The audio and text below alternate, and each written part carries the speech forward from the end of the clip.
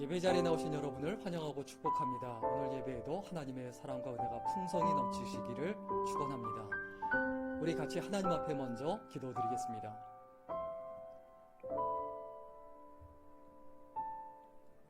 좋으신 하나님,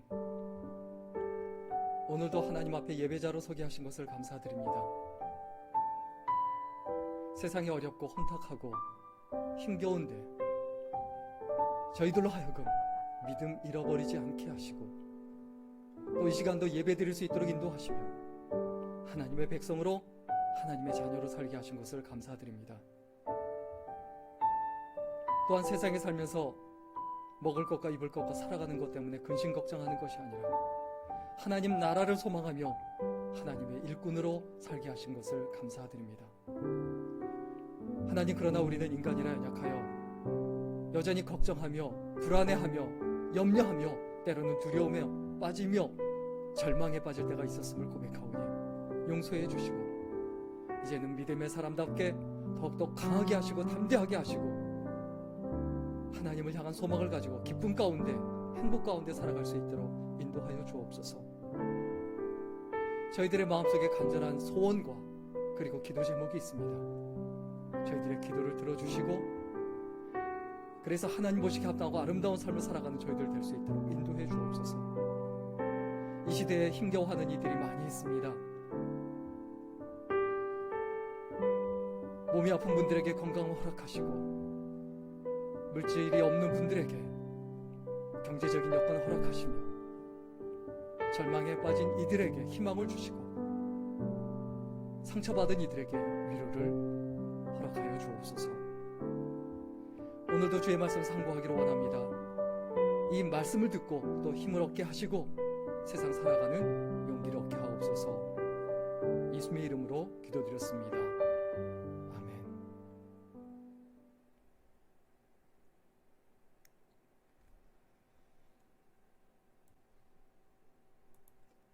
같이 찬양 드리겠습니다.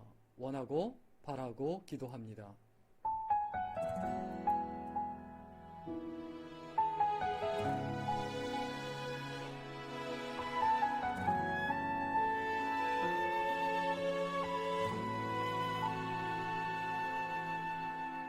이 세상을 살아가는 동안에 나의 힘을 의지할 수 없으니 기도하고 낙심하지 말 것은 주께서 참 소망이 되심이라.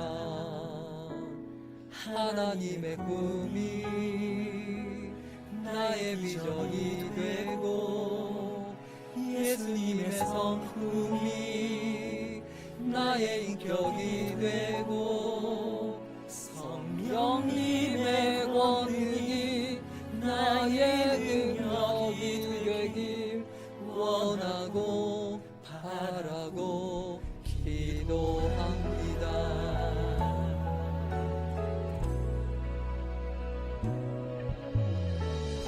세상을 살아가는 동안에 나의 힘을 의지할 수 없으니 기도하고 낙심하지 말 것은 주께서 참 소망이 되시리라. 주의 길을 걸어가는 동안에 세상에 거느질할 수 없으니 감사하고 낙심하지 말 것은 주께서 참 기쁨이 되시리라. 하나님의 꿈이 나의 비전이 되고 예수님의 성품이 나의 인격이 되고 성령님의 권능이 나의 능력이 되길 원합니다.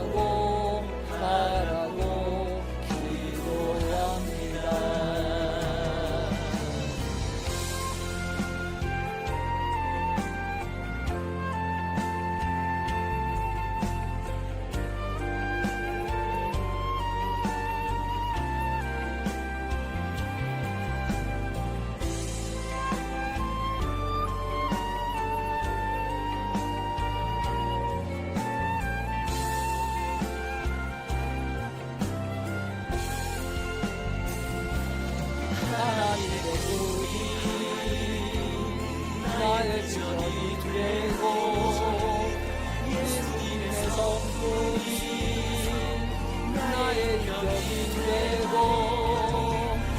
성령님의 권능이 나의 능력이 되길 원하고 바라고 기도합니다. 하나님의 꿈이 나의 비전이 되고 예수님의 성품이 나의 인격이 되고 성령님의 권능이 나의 능력이 되길 원하고 바라고 기도합니다.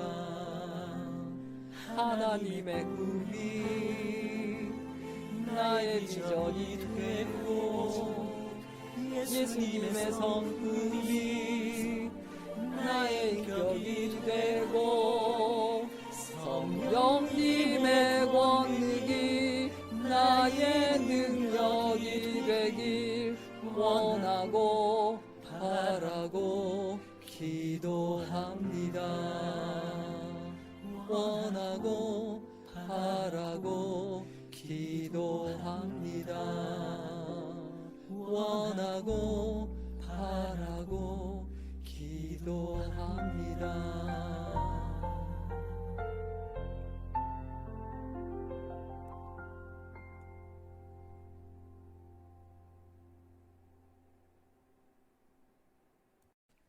오늘 하나님의 말씀은 창세기입니다. 창세기 4장 8절에서 15절인데요. 먼저 우리 9절 말씀 같이 읽도록 하겠습니다. 창세기 4장 9절입니다. 같이 읽겠습니다.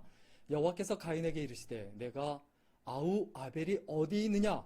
그가 이르되 내가 알지 못하나이다. 내가 내 아우를 지키는 자니까. 아멘. 오늘 말씀의 제목은 실패를 디딤돌로 만드는 법입니다. 실패를 디딤돌로 만드는 법. 1883년에 최초의 만년필을 만든 사람이 있습니다. 그 사람의 이름이 뭐냐면 루이스 에디슨 워터맨이라는 사람이에요. 이 만년필이 오늘날에도 많이 사용이 되고 있고 그리고 많이 활용되고 있는데 사실 요즘 사람들은 잘 모릅니다. 이 만년필이 최초의 만년필이란 걸. 그런데 이 루이스라는 이 사람이 만년필을 처음 만들었는데 원래 만년필 만드는 사람이 아니에요. 원래 보험회사 워터맨이라는 사람이 이 보험회사 직원입니다. 그런데 유능한 직원이 아니어서 생활이 항상 어려웠어요. 그런데 어느 날 한 고객을 만나서 열심히 설명하고 정성을 다해서 노력한 결과 보험을 계약하게 됐습니다. 그런데 그 보험이 꽤 큰 보험이었어요. 근데 이 사람이 열심히 설명하고 그리고 그 사람을 설득을 해서 보험서를 작성하기 시작했는데 이 문제는 뭐냐면 그 펜에서 잉크를 찍어 쓰는 그 펜에서 잉크가 울컥 묻어나와서 계약서를 망쳐버립니다. 계약서를 다시 쓰려고 하니까 그 사람이 화가 나서 보험을 안 하겠다는 거예요. 아무리 사정해도 들어주질 않습니다. 그래서 화가 나서 가버립니다. 정말 환희와 기쁨에 차 있다가 야 오늘은 정말 내 아내를 기쁘게 하고 아이들한테 맛있는 것도 사줄 수 있겠구나라고 신나하다가 완전히 절망하고 실망합니다. 그런데 이 사람이요 문제의 원인을 다른 것에 찾지 않았어요. 오직 그 펜, 잉크를 찍어 쓰는 그 펜에서 찾았어요. 이게 펜 때문이다. 다른 사람 탓하지 않고 환경 탓하지 않고 여건 탓하지 않았어요. 그러면 뭐가 문제냐? 이 펜이 문제다. 그러면 내가 펜을 잉크가 이렇게 흘러나오지 않는 펜을 만들겠다라고 해서 이 펜을 개발하기 시작합니다. 그래서 결국 이 사람이 최초의 펜을 만년필을 개발하게 됩니다. 오랫동안 이 워터맨이라는 이 만년필이 많은 사람들에게 사랑을 받아왔고 1905년 포츠머스 조약 때 그리고 1919년 베르사유 조약 때도 사용됐고 역사적인 순간에 중요한 계약서를 쓸 때, 수많은 사람들이 중요한 계약서를 쓸 때 쓰기 시작했습니다. 이 혁신을 통해서 이 130년 이상의 역사를 이어온 오토맨은 필기구 그 이상의 새로운 필기구로 역사를 만들고 있습니다. 사람은 누구나 다 실수할 수 있어요. 실패할 수도 있어요. 그런데 중요한 건 뭡니까? 그 실수와 실패의 원인을 찾는 거예요. 중요한 건 결과가 아니에요. 결과는 이미 벌어진 거예요. 결과는 어쩔 수 없어요. 그러면 다음을 기약하고 다음을 도모하려면 어떻게 됩니까? 원인을 찾아야 돼요. 무엇이 문제인가? 어떤 것이 문제인가? 이것을 찾아야 된다는 거예요. 실패의 원인을 찾으면 그 실패는 반드시 디딤돌이 됩니다. 성공의 발판이 된단 말입니다. 오늘 성경 본문에 가인이 나옵니다. 제사를 드리면서 실수했어요. 실패했어요. 그런데 문제는 뭡니까? 동생 탓을 하고 하나님 탓을 하는 거예요. 문제의 원인을 찾지 못했다는 거예요. 우리가 가인처럼 실패한 인생이 되지 않으려면 어떻게 해야 될까요? 가장 먼저 무엇보다도 문제의 원인을 자기 자신에게서 찾아야 됩니다. 우리 오늘 본문 8절 말씀 같이 읽겠습니다. 8절입니다. 같이 읽습니다. 시작. 가인이 그의 아우 아벨에게 말하고 그들이 들에 있을 때에 가인이 그의 아우 아벨을 쳐 죽이니라. 가인은 하나님이 자신의 제사를 받으시지 않자 동생에게 분풀이를 합니다. 시기와 질투를 합니다. 자기 감정, 자기의 이러한 감정을 해결하지 못하자 어떤 일이 일어납니까? 결국 오늘 보면 8절에 있는 대로 동생을 죽이는 거예요. 문제의 원인을 잘못 찾고 있는 거예요. 우리가 살다 보면 예배 잘못 드릴 수도 있어요. 그런데 문제는 뭡니까? 예배를 잘못 드린 건 자기 탓이지 남 탓이 아니지 않습니까? 우리가 하나님 앞에 예배 드릴 때 마찬가지예요. 내가 예배자로서 진짜 준비가 되었다면 남 탓하지 않습니다. 메시지가 어떻다, 교회가 어떻다, 에어컨이 어떻다, 의자가 어떻다, 이렇게 착각하지 말고, 이런 데서 원인을 찾지 말고 내가 예배자로서 준비가 되지 않았다, 여기에 포커스를 맞춰야 되죠. 가인은 문제의 원인을 동생에게서 찾지 말고 하나님에게서 찾지 말고 자기 신에게서 찾고, 특별히 자기가 예배를 드리는데 그 예배 자리에서부터 다시 시작하고 거기서 원인을 찾아야 돼요. 그래서 하나님 앞에서 문제를 풀기 시작해야 합니다. 가장 중요한 것은 언제나 자기 자신입니다. 내가 중요해요. 모든 원인이 자기 자신에게 있다고 여겨야 합니다. 결과가 좋지 않을 때는 더욱 그렇습니다. 그래야 모든 것이 쉬워집니다. 그래야 상처받지 않습니다. 그래야 다시 시작하는 것이 쉽습니다. 가인은 실패한 인생입니다. 가인처럼 누구나 다 실패할 수 있습니다. 그런데 가인은 실패의 원인을 자기 자신이 아니라 남에게서 찾았고 그것이 곧 실패한 인생이 됩니다. 그리고 우리의 실패가 오히려 디딤돌이 되고 성공의 발판이 되려면 어떻게 해야 되느냐? 어떤 순간에든지 간에 예배자로서의 자세를 잃어버리지 마십시오. 우리 오늘 본문 9절 말씀 같이 읽겠습니다. 9절입니다.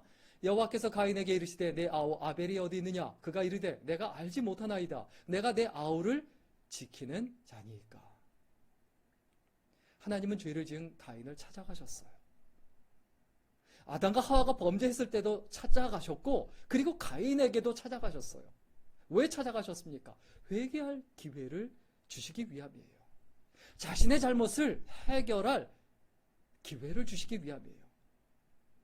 하나님은 이미 다 알고 계시지만 아벨아, 아벨이 어디 있느냐라고 물어보세요. 아벨이 어디 있냐고 물어보신 이유가 뭡니까? 회개할 기회를 주신 거예요. 내가 아벨을 죽였습니다. 내가 잘못했습니다. 내가 하나님 앞에 범죄했습니다. 그것을 회개하고 고백하라는 거예요. 예배는 뭡니까? 이와 같이 찾아오시는 하나님, 우리 옆에 계시는 하나님께 반응하는 거예요. 그런데 가인은 자기 자신의 범죄에 대해서 모르쇠로 일관합니다. 죄는 모른다거나 부인한다고 해서 사라지거나 없어지거나 해결되는 게 아니에요. 증거를 없앤다고 해서 범죄가 사라지는 게 아니에요. 핏값은 반드시 치러야 합니다. 예배는 아벨이 순교할 정도로 소중하고 가치 있는 것입니다. 우리가 그러한 예배를 드릴 때 과연 내가 예배자로서의 준비가 되어 있는가? 그 태도를 잃어버리지 않았는가? 우리 스스로를 돌아봐야 합니다. 실수할 수 있고 실패할 수 있습니다. 그 자리에서 가장 먼저 생각해야 될 건 뭡니까? 문제의 원인은 나고 내가 예배자로서 자세를 잃어버리지 말아야 된다.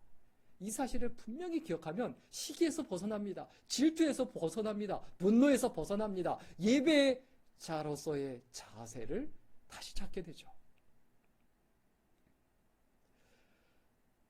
또한 우리가 더 나아가서 우리의 실수와 그 실패가 디딤돌이 되게 하려면 어떻게 해야 되느냐? 선택의 결과를 잊어버리지 마십시오. 우리 오늘 본문 10절, 11절, 12절 같이 읽을까요? 10절, 11절, 12절입니다. 같이 읽습니다. 시작. 이르시되 내가 무엇을 하였느냐? 내 아우의 핏소리가 땅에서부터 호소하느니라. 땅이 그 입을 벌려 내 손에서부터 내 아우의 피를 받았은즉 내가 땅에서 저주를 받으리니 네가 밭을 갈아도 땅이 다시는 그 효력을 내게 주지 아니할 것이요 너는 땅에서 피하며 유리하는 자가 되리라. 오늘 본문에 보니까요, 아벨은 죽어서도 말을 합니다. 죽는다고 끝나는 것이 아니란 말입니다. 땅이 호소한다고 말하지 않습니까? 결국 가인은 그 땅에서 방황하며 유리하는 자가 되어야만 했습니다. 우리의 인생도 혹시 가인처럼 방황은 아닌지 생각해 봐야 합니다. 목적지도 없고 돌아갈 것도 없는 인생은 아닌지, 여행객이 되려면 돌아갈 곳이 있어야 됩니다.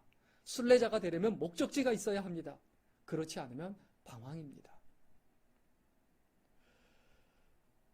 마지막 좀 이야기만 하고 오늘 메시지를 마칠까 하는데요. 미국의 제너럴 일렉트릭 회사는 일반 전구보다 50배나 긴 친환경 전구를 개발합니다. 하지만 가격이 너무 비싸서 소비자에게 외면을 당해요. 전구 개발을 맡았던 팀원들은 낙담했고 해고당할까봐 노심초사합니다. 막대한 비용을 들여서 개발했지만 그 비용이 너무 많이 들기 때문에, 제작비가 너무 많이 들기 때문에 이게 팔리지 않으니까 자기들이 해고당할까봐, 회사에 손해를 끼쳤다는 사실 때문에 두려워하고 떱니다. 그런데 여기에서 두려워하고 걱정하는 이들에게 아주 충격적인 일이 벌어집니다. 그 당시 이 제너럴 일렉트릭 회사의 회장 잭 웰치 회장은 예상을 깨고 그들을 해고하는 것이 아니라 모두에게 두둑한 사격음을 주고 일주일 동안 휴가를 줍니다. 새 상품이 실패할지도 모른다는 불안감 속에서, 해고당할지도 모른다는 불안감 속에 휩싸여 있는 팀원들에게 실패에 대한 두려움을 극복하고, 그리고 더 일을 열심히 잘할 수 있도록 오히려 격려해 주죠. 잭 웰치 회장의 생각은 정확히 맞아 떨어졌습니다. 그들이 휴가에서 다녀오자마자 열심히 일해서 그 형광등, 그 제품을 아주 저렴한 가격에 만들어낼 수 있는 방법을 연구해내고 결국 성공합니다. 이 사진에서 보시는 바와 같이 1908년 모델에서 1911년 모델로 이렇게 개발이 되고 계속 개발이 돼서 1937년 아주 가장 최근에 백열 전구 그 모델을 만들어내기까지 하죠. 인터넷 소매업체 그 마더네이처사에는 그 간부들을 뽑을 때, 직원들을 뽑을 때 특이한 조건은 한 가지 겁니다. 그게 뭐냐면 지난번 직장에서 뼈아픈 실수를 한 경험이 있어야 된다. 왜 그럴까요? 실패한 아픔이 있는 사람만이 비슷한 상황을 되풀이지 않을 것이고, 그리고 매사에 심사숙고하기 때문입니다. 이처럼 실패에 대한 우대는 우량 기업의 최고 경영자라면 빼놓지 않고 말하는 성공의 비결입니다. 실패란 자신의 능력 한계까지 도전해본 경험이 있다는 것을 의미합니다. 또 좌절을 맛보았다는 것은 그들이 그만큼 위험과 모험을 두려워하지 않았다는 것을 뜻합니다. 그래서 하나님도 가인에게 기회를 주신 거예요. 하나님을 끝까지 그래도 버리지 않으시고 계속 기회를 주십니다. 오늘 본문 13절부터 15절까지의 말씀이 바로 하나님께서 가인에게 또 기회를 주시는 모습이죠. 우리 13절부터 한번 읽어볼까요? 13절 말씀입니다. 가인이 여호와께 아뢰되 내 죄벌이 지기가 너무 무거우니이다. 14절입니다. 주께서 오늘 이 지면에서 나를 쫓아내시온즉 내가 주의 낫을 베옵지 못하리니 내가 땅에서 피하며 유리하는 자가 될지라 물은 나를 만나는 자마다 나를 죽이겠나이다. 15절입니다. 여호와께서 그에게 이르시되 그렇지 아니하다. 가인을 죽이는 자는 벌을 7배나 받으리라 하시고 가인에게 표를 주사 그를 만나는 모든 사람에게 죽임을 면케하시니라. 왜 가인을 당장 벌하지 않고 왜 그를 살려두십니까? 회개할 기회를 주시는 거예요. 예배자로 돌이킬 기회를 주신 거예요. 그러나 가인은 끝까지 돌이키지 않습니다. 오늘 말씀 정리하고 마치겠습니다. 결국 실패를 무너짐의 이유가 아니라 뒤dom돌이 되게 하기 위한 유일한 길은 하나님께 은혜를 입는 거예요. 기회를 주시는 하나님, 기다려주시는 하나님, 그 하나님께 은혜를 입는 거예요. 삶에 많은 어려움과 힘든 일이 있을 수 있습니다. 내 탓이든 남 탓이든 이거 따지지 말고 무엇보다도 하나님께 호소하십시오. 하나님께 기도하십시오. 그리고 원인을 남에게서 찾지 말고 자기 신에게서 찾고 예배자로 서십시오. 그때 하나님께서 우리의 삶에 역사하시고 기회를 주시고 그리고 더 큰 은혜의 강가로 이끄신다. 이것을 기억하고 실패 때문에 좌절하거나 낭망하지 말고 포기하지 말고 하나님 앞에 더욱더 가까이 나아감으로 그 실패를 디딤돌로 만드는 귀한 인생, 소중한 인생이 될 수 있기를 주의 이름으로 간절히 축원합니다. 기도하겠습니다. 살아계신 하나님, 우리의 삶에서 정말 많은 실패를 경험합니다. 우리의 연약함과 부족함을 탓하지 아니하시고 기다려주시고 여전히 은혜를 베풀어 주신 그 하나님을 바라보며 그 무엇보다도 회개할 수 있도록 인도해 주시고 돌이킬 수 있도록 인도해 주시고 예배자로서의 자세를 잃어버리지 말게 하시고 내가 행동하고 내가 잘못을 저질렀을 때에는 그 결과가 우리 앞에 반드시 다가오며 돌이킬 수 없게 된다는 것을 기억하고 선택은 자유지만 결과는 자유가 아니라는 것을 기억하고 하나님 앞에 원래의 자리로 돌아가서 예배의 자리로 돌아가서 먼저 예배자로 살아내는 우리들이 되게 하여 주옵소서. 우리들의 삶에 은혜가 되어주시고 그리고 늘 풍성히 채워주시는 그 사랑에 감사드리며 예수님의 이름으로 기도드렸습니다. 아멘.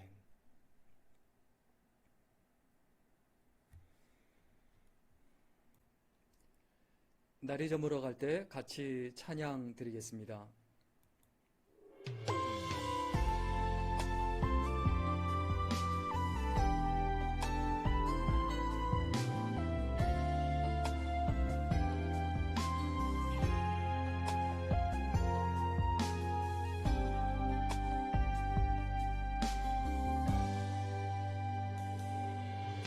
날이 저물어 갈 때 빈들에서 걸을 때 그때가 하나님의 때 내 힘으로 안 될 때 빈손으로 걸을 때 내가 고백해 여호와 이래 주가 일하시네 주가 일하시네 일하시네 주께 아끼지 않는 자에게 주가 일하시네 주가 일하시네 신뢰하며 걷는 자에게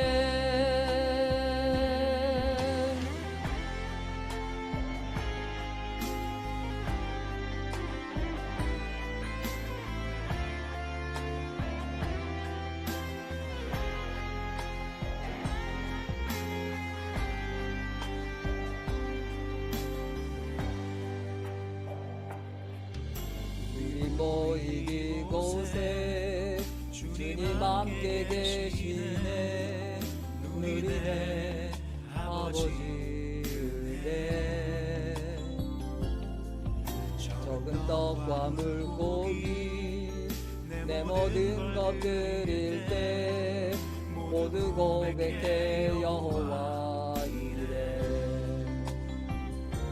주가 일하시네 주가 일하시네 주께 아끼지 않는 자에게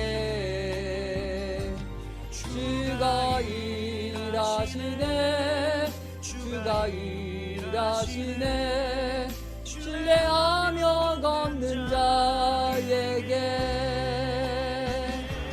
주가 일하시네 주가 일하시네 아끼지 않는 자에게 주가 일하시네 주가 일하시네 신뢰하며 걷는 자에게 주가 일하시네 주가 일하시네 주께 아끼지 않는 자에게 주가 일하시네 주가 일하시네 신뢰하며 걷는 자에게 신뢰하며 걷는 자에게 신뢰하며 걷는 자에게